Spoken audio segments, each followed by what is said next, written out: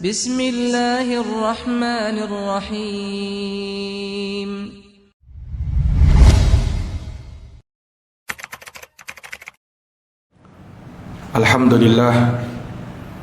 Alhamdulillahi rabbil alamin, wa bihi nasta'inu ala umuri dunya waddin.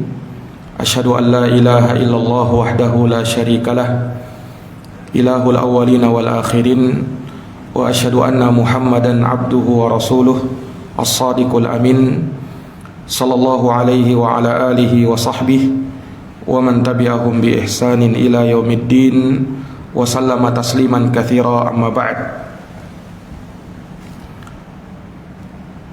Ikhwani fid din, ma'asyiral muslimin wal muslimat, hadirin wal hadirat, Bapak Ibu, saudara-saudari jamaah salat maghrib isya yang dirahmati dan dimuliakan oleh Allah Subhanahu wa taala. Alhamdulillahi bi ni'matihi tatimmus shalihat. Segala puji hanya bagi Allah yang dengan nikmat-nikmatnya tertunai segala amal-amal kebajikan. Salawat dan salam semoga tercurah limpahkan kepada junjungan kita Nabi Agung, Nabi besar Muhammad sallallahu alaihi wasallam, kepada keluarga dan para sahabat serta orang-orang yang senantiasa meniti jalannya sampai hari kiamat. Ma'asyiral muslimin wal muslimat, hadirin wal hadirat, jamaah Masjid Al-Husna yang dirahmati dan dimuliakan oleh Allah.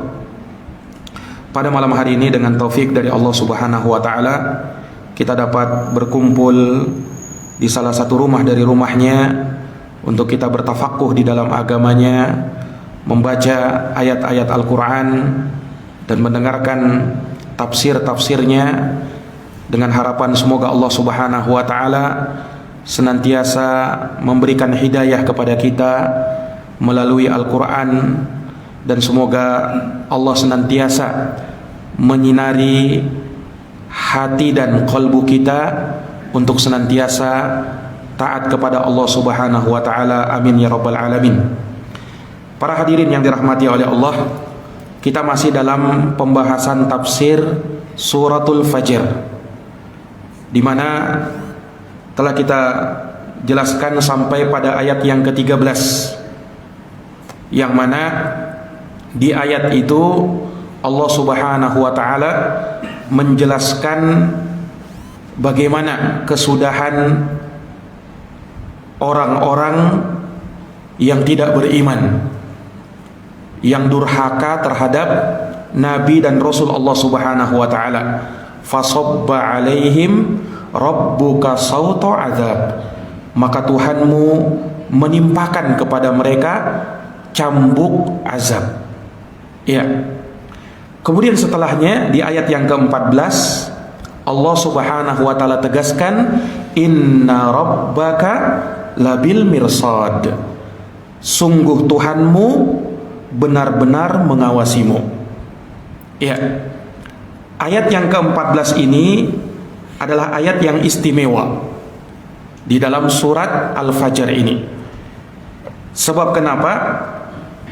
Sebagaimana yang kita ketahui bahwa surat Al-Fajr dimulai oleh Allah Subhanahu wa ta'ala dengan menyebutkan 5 sumpah.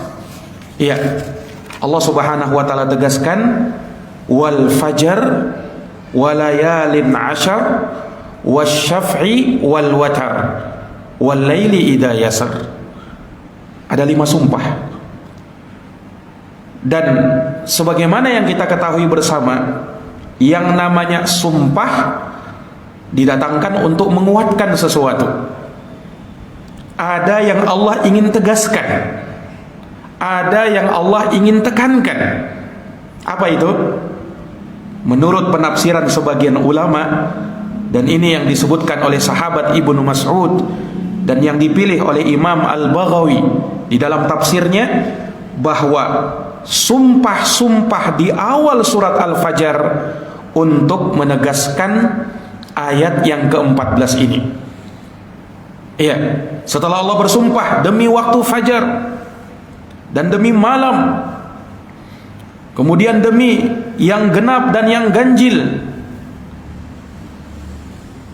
demi waktu malam yang Allah Subhanahu wa taala jadikan sebagai waktu untuk beristirahat bagi manusia. Allah ingin menyampaikan ayat yang ke-14 ini. Inna rabbaka labil mirsad. Sungguh Tuhanmu benar-benar mengawasimu. Ini jamaah sekalian yang dirahmati oleh Allah. Tentunya kalau ada sesuatu berupa penyampaian dan itu diawali dengan sumpah, bukan sekedar satu sumpah, 5 sumpah, tentu ini lebih menambah keyakinan kita, ya kan? Nah, kalau Allah Subhanahu wa taala saja menyampaikan sesuatu tanpa sumpah, tentu sebagai orang yang beriman kita percaya, ya kan? Kita yakin karena Allah yang berfirman dan Allah mustahil berdusta. Nah, apalagi jikalau Allah Subhanahu wa taala menyampaikan ini dengan sumpah dan Allah ulang-ulang sumpah itu, maka ini menambah penegasan, menambah keyakinan akan pastinya perkara ini. Inna rabbaka labil mirsad. Sungguh Tuhanmu benar-benar mengawasimu. Lihat konteks ayat ini. Yang paham bahasa Arab sudah tahu, Allah datangkan ini ayat juga dalam bentuk penekanan. Sebab Allah sebutkan inna. Inna dalam bahasa Arab dia merupakan harfut taukid, huruf untuk menekankan, menegaskan. Makanya inna artinya sungguh. Dan dia inna ini dalam bahasa Arab dia huruf yang menasabkan isim setelahnya. Jadi dia huruf penasab juga, tapi menasabkan isim, yaitu kata setelah itu, setelah inna. Yang mana kata nasab dalam bahasa Arab artinya menancapkan.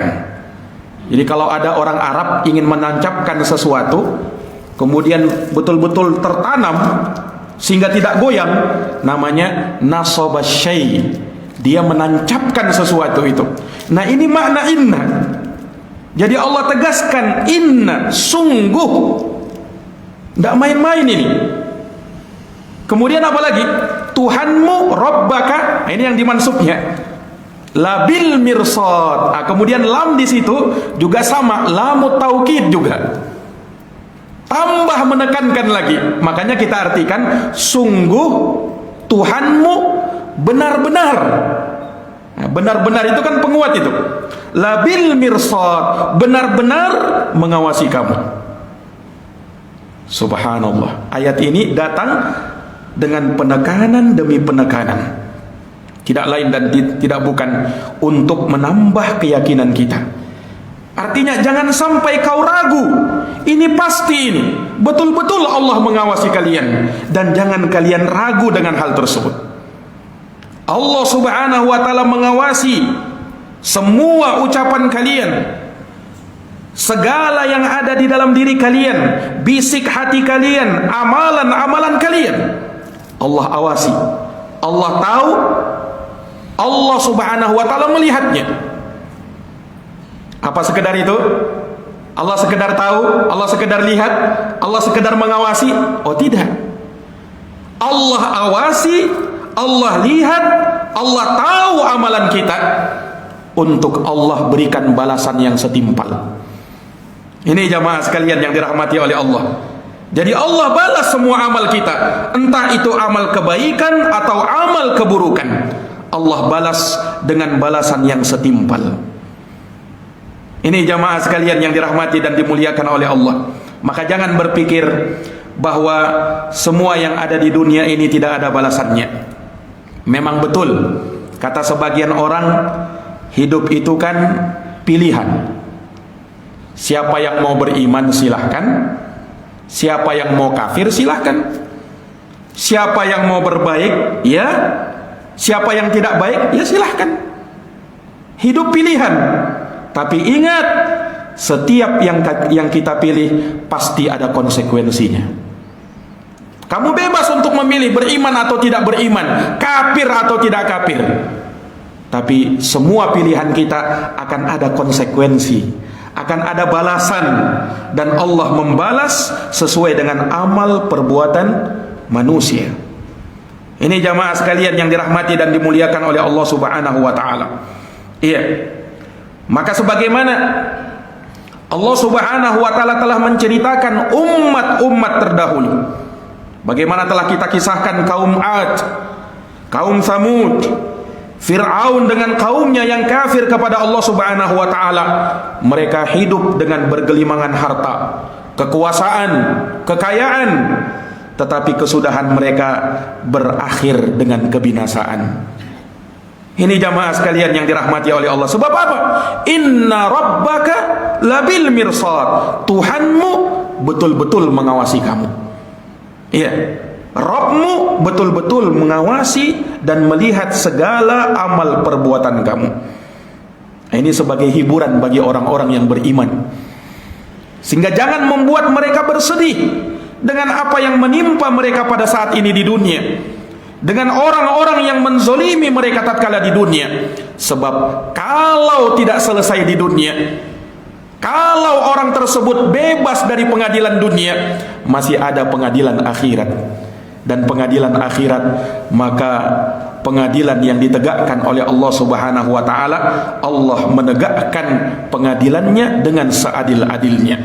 Tak ada satupun manusia yang terzolimi, dan tak satupun manusia yang merasa kecewa dengan keputusan dan keadilan Allah Subhanahu wa taala.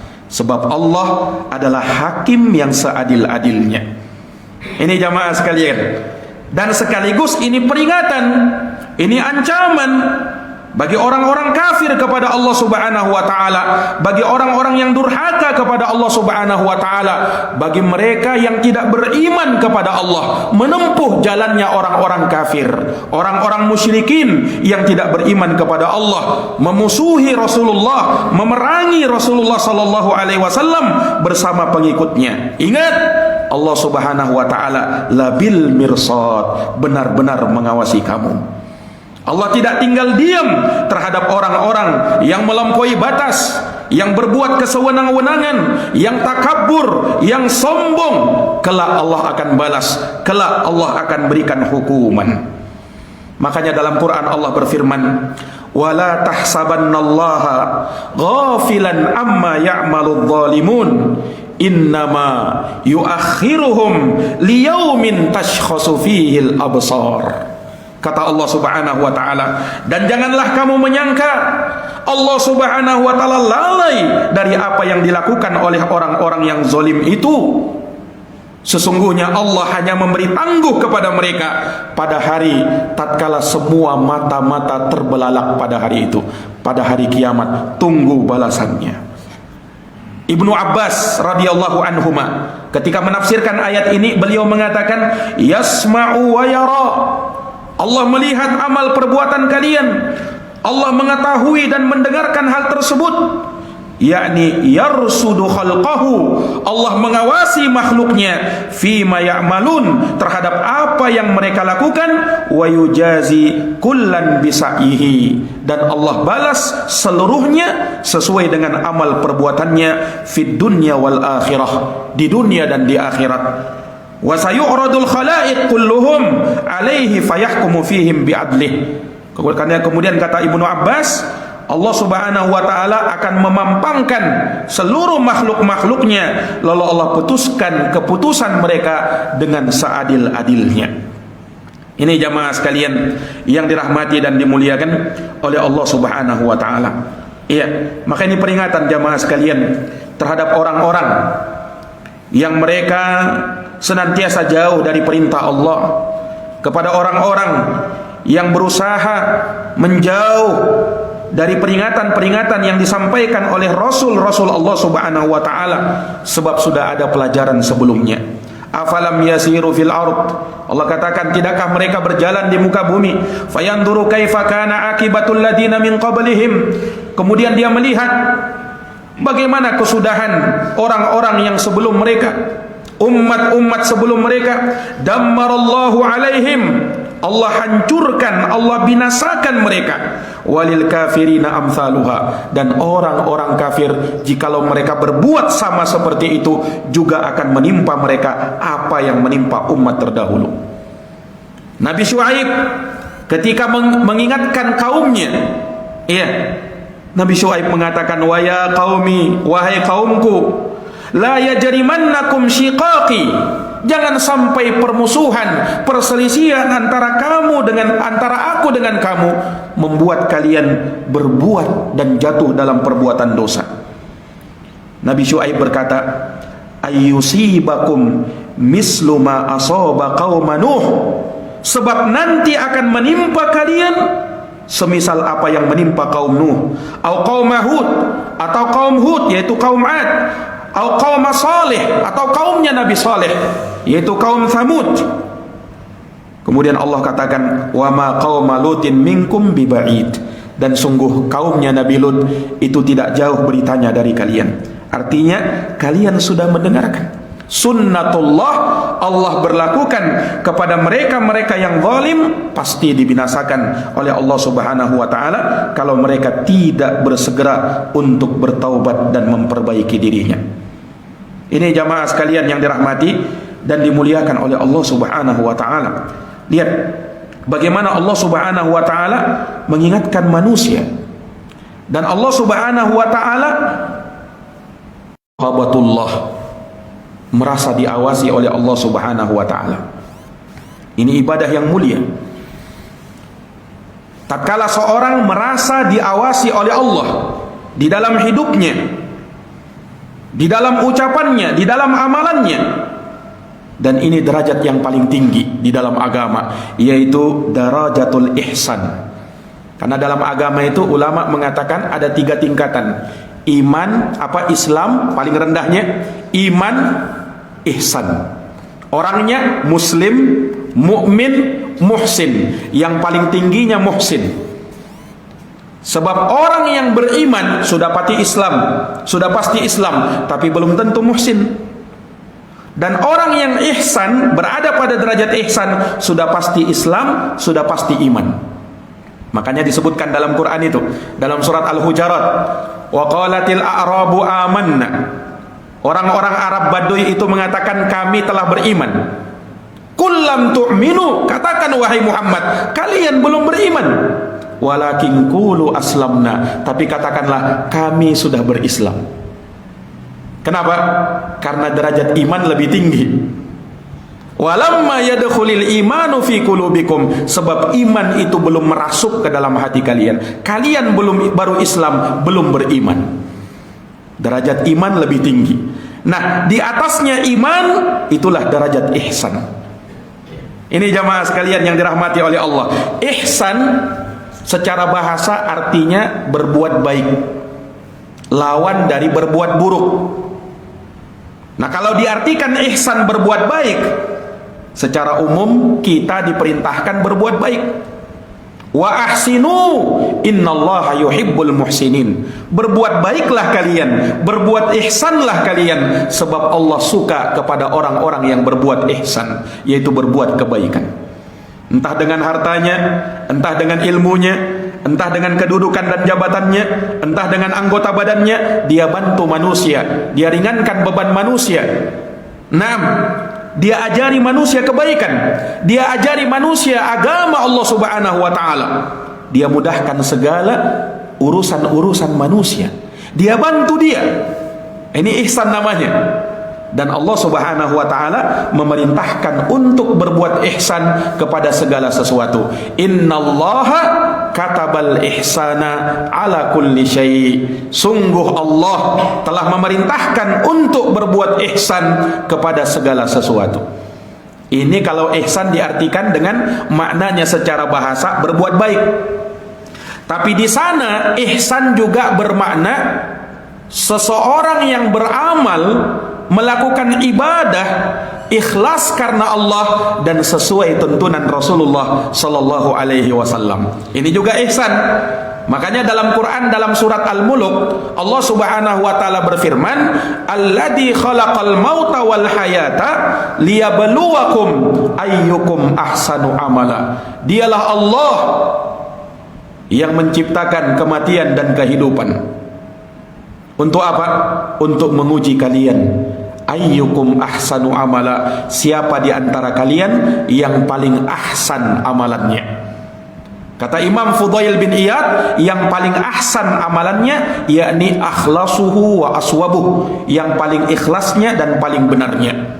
Paling ikhlasnya yaitu ditujukan karena Allah, dan paling benarnya yaitu sesuai dengan apa yang dicontohkan oleh Rasulullah. Itu juga ihsan. Kita beramal diperintahkan oleh Allah untuk beramal sesuai dengan apa yang diajarkan dan dituntunkan oleh Rasulullah, dan kita harapkan dengannya wajah Allah. Faman kana yarju liqa'a rabbih, barang siapa yang mengharapkan perjumpaan dengan Tuhannya, falyamal amalan shaliha, maka hendaknya dia beramal dengan amalan soleh. Amalan nanti dikatakan soleh kalau sesuai dengan apa yang digariskan dan dituntunkan dalam agama. Kemudian apa? Wala yusyrik bi ibadati rabbih ahada, dan dia tidak melakukan kesyirikan dalam amalannya, yaitu ikhlas, murni, betul-betul karena Allah Subhanahu wa taala. Ini juga ihsan. Nah, adapun ihsan makna yang ketiga, nah inilah ihsan dalam beribadah kepada Allah. Nabi tafsirkan ketika malaikat Jibril datang bertanya kepada Nabi, apa itu Islam, apa itu iman, apa itu ihsan. Nabi sebutkan Islam itu dengan rukun Islam yang 5. Nabi sebutkan Islam tadi, kemudian Nabi sebutkan iman dengan rukun iman yang 6. Kemudian Nabi sebutkan ihsan dengan satu rukunnya. Apa itu? Anta'budallaha ka'annaka tarah. Engkau beribadah kepada Allah seakan-akan engkau melihat Allah. Fa illam takun tarahu fa innahu yara. Jika kamu tidak mampu demikian, maka yakinilah Allah Subhanahu wa taala melihatmu dalam ibadahmu. Nah, inilah jenjang muraqabatullah, merasa diawasi oleh Allah Subhanahu wa taala. Ini kalau orang sudah berada pada derajat ini luar biasa. Iya. Nah, kita ini dalam beribadah harus merasa diawasi oleh Allah. Baik sebelum beribadah, sedang beribadah, ataukah nanti setelah selesai ibadah. Kalau sebelum beribadah merasa diawasi oleh Allah, bagaimana? Luruskan niat kita. Ini saya mau beramal untuk apa ini? Apa tujuan saya ini? Apa maksud saya ini? Ketika saya sholat, ketika saya sedekah, ketika saya birrul walidain, harus diniatkan. Karena besarnya, kecilnya amal kita tergantung dengan niat. Innamal a'malu binniyat wa innama likulli imri'in ma nawa. Sesungguhnya orang mendapatkan baik tidaknya, besar kecilnya amal perbuatannya, pahalanya sesuai dengan apa yang dia niatkan. Pentingnya memperbaiki niat. Ini sebelum beramal. Ketika sedang beramal, kita jaga hati kita, jangan sampai muncul riya di dalamnya. Karena riya bisa menghinggapi siapa saja. Seorang boleh jadi dia beramal ikhlas karena Allah, tetapi ketika dia pergi, kemudian dia di tengah-tengah ibadahnya, di tengah-tengah solatnya, muncul riya. Beribadah supaya mendapatkan pujian, beribadah supaya dipuji dan dilihat oleh orang. Kalau sudah seperti ini, terhapus seluruh amalan kita. Allah berfirman dalam hadits qudsi, ana agnas syuraka anisyirki, man amila amalan asyraka fihi ma'i ghairi taraktuhu wa syirkahu. Aku tidak butuh dengan serikat-serikat selainku. Siapa yang beramal suatu amalan dan dia menyekutukan aku di dalam amalan tersebut, riya, aku tinggalkan dia dan amalan yang dia kerjakan. Hadits qudsi, hadis sahih. Ini jamaah sekalian yang dirahmati dan dimuliakan oleh Allah.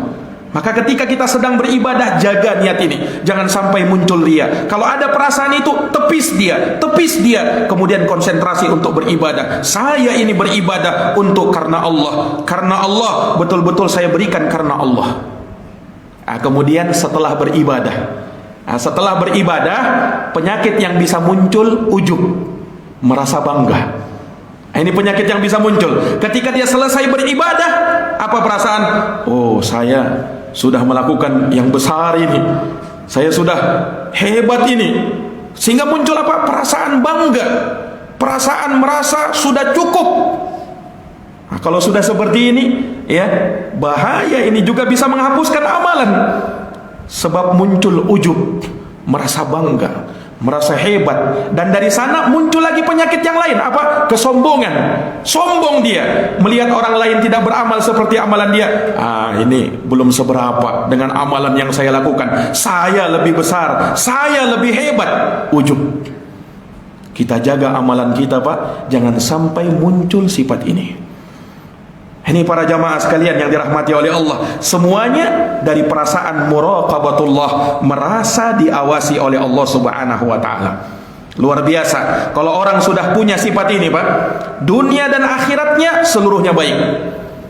Dan dari sanalah dia sholat betul-betul bisa khusyuk karena Allah. Kenapa? Dia tahu ketika dia sholat, Allah sedang mengawasi ini. Allah sedang melihat saya ini. Allah mengetahui bacaan saya ini. Sehingga apa? Betul-betul dia jadikan sholatnya itu ikhlas karena Allah, dan betul-betul dia khusyuk, konsentrasi penuh kepada Allah. Ya kan?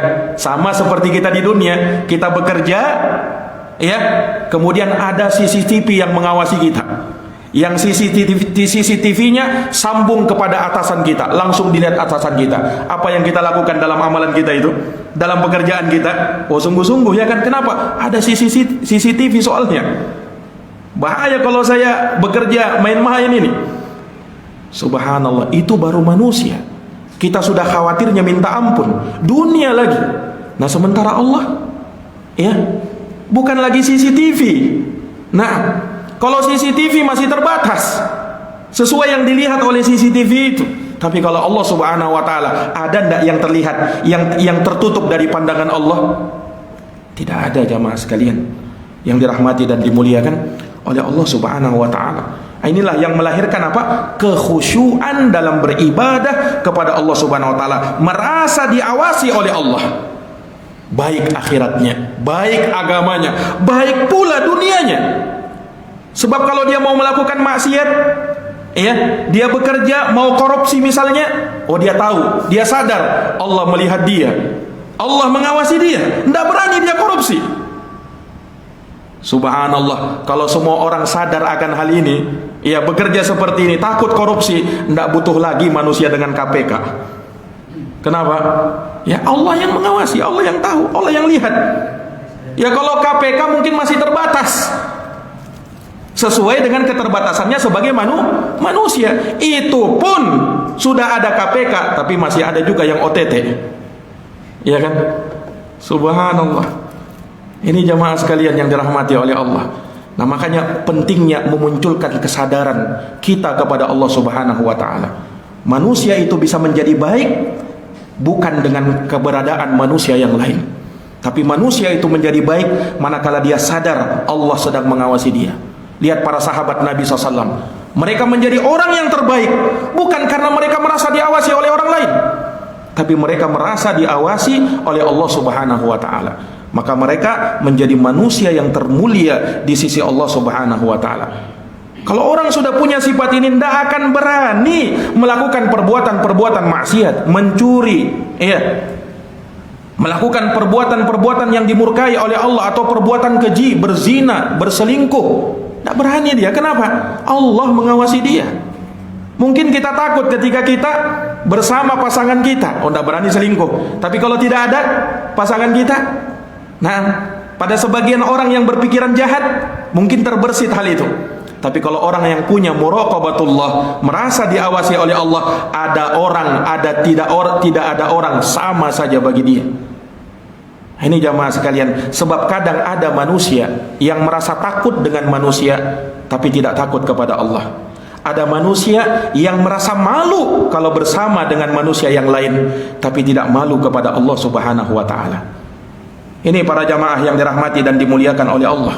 Makanya kalau kita mendengar hadits Nabi SAW, 7 golongan manusia yang diberikan naungan dan teduhan oleh Allah Subhanahu wa taala, hari yang tiada teduhan, hari yang tiada naungan kecuali naungannya Allah. Iya, 7 golongan disebutkan oleh Nabi. Dan 7 golongan ini betul-betul orang yang punya muraqabatullah, merasa diawasi oleh Allah Subhanahu wa taala. Tapi yang paling kelihatannya 2 orang. Kata Nabi SAW, yang pertama, wa rajulun da'athum ra'atun dzatu jamalin wa mansibin faqala inni akhafullah. Seseorang laki-laki, kata Nabi, yang dia dipanggil oleh wanita yang cantik lagi memiliki kedudukan, dipanggil untuk melakukan perbuatan nista. Subhanallah, dalam keadaan bukan dia yang meminta, tapi wanitanya yang meminta. Dalam keadaan tidak ada orang, sunyi sepi, dia diajak lagi. Subhanallah. Lihat, kalau bukan karena iman yang berbicara, kalau bukan karena merasa diawasi oleh Allah, dia tidak mampu mengatakan sesungguhnya aku merasa takut kepada Allah. Ya kan? Tapi karena dia punya muraqabatullah, dia mantap dengan ucapannya, inni akhafullah, sungguh saya ini takut kepada Allah. Ini jamaah sekalian, muraqabatullah. Kemudian yang kedua apa? Wa rajulun dzakarallaha khaliyan fafadat ainah, dan seorang yang dia berzikir kepada Allah di keheningan, di kesunyian, hanya dia sendiri, saking khusyuk